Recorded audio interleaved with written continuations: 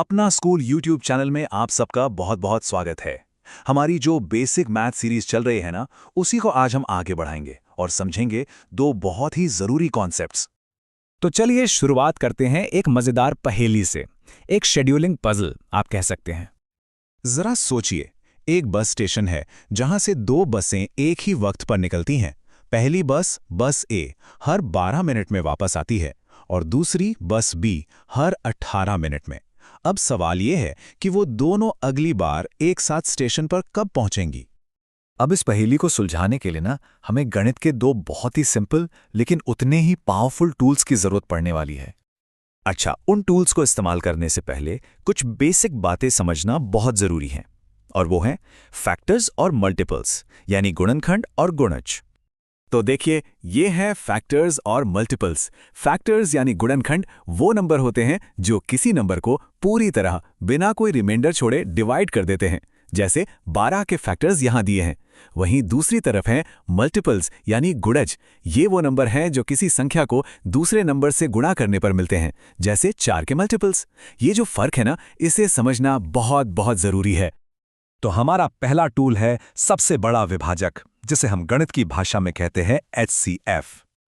HCF यानी कि highest common factor. ये वो सबसे बड़ा नंबर है जो दी गई दो या दो से ज्यादा संख्याओं को बिना कोई शेष छोड़े डिवाइड कर सकता है। तो यहां सबसे जरूरी बात क्या है? हम सबसे बड़ा कॉमन डिवाइजर ढूंढ रहे हैं। चलिए 12 और 18 का ही उदाहरण ले लेते हैं। हम क्या करेंगे? पहले दोनों के सारे फैक्टर्स लिख लेंगे, फिर हम ढूंढेंगे कॉमन फैक्टर्स, यानी वो फैक्टर्स जो दोनों में हैं। इस केस में ये हैं 1, 2, 3 और 6। अब इनमें से सबसे बड़ा कौन सा है? 6। तो बस HCF हो गया 6। अब देखिए, बड़ी संख्याओं के लिए एक और भी तेज तरीका है, प्राइम फैक्टराइजेशन। इसमें हम क्या करते हैं? पहले 24 और 36 दोनों को उनके प्राइम फैक्टर्स में तोड़ लेते हैं। फिर हम देखते हैं कि दोनों में कॉमन प्राइम फैक्टर्स कौन कौन से हैं। यहां पर हमें मिले 2 बार 2 और 1 बार 3।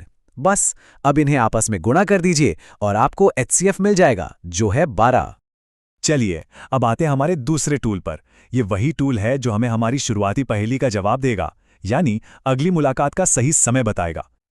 और ये है LCM यानी लोएस्ट कॉमन मल्टीपल। ये वो सबसे छोटी संख्या होती है जो दी गई दो या दो से ज्यादा संख्याओं का गुणज यानी मल्टीपल हो। याद रखिए, यहां हम सबसे छोटे कॉमन मल्टीपल की बात कर रहे हैं। तो चलिए अपनी बस वाली पहेली पर वापस चलते हैं। हमें 12 और 18 का LCM निकालना है। हम 12 के मल्टीपल्स लिखते हैं, 12, 24, 36 और आगे। फिर 18 के लिखते हैं, 18, 36, 54। अरे ध्यान से देखिए, 36 वो पहला नंबर है जो दोनों लिस्ट में आया है। इसका मतलब ये हुआ कि दोनों बसें ठीक 36 मिनट बाद स्टेशन पर एक साथ होंगी। है ना कमाल?